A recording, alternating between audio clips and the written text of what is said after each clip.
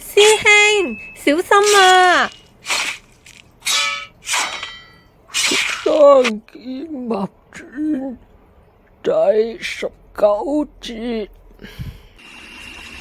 周純同李陵傾咗一陣，就同燕兒話：燕兒，你要好好咁幫我招待2位客人。燕兒隨手點頭，表示遵命。周純亦同李陵講：師伯，你有咩需要，即管吩咐燕兒，我要返去蒙館啦。周純於是就離開屋企，返去蒙館啦。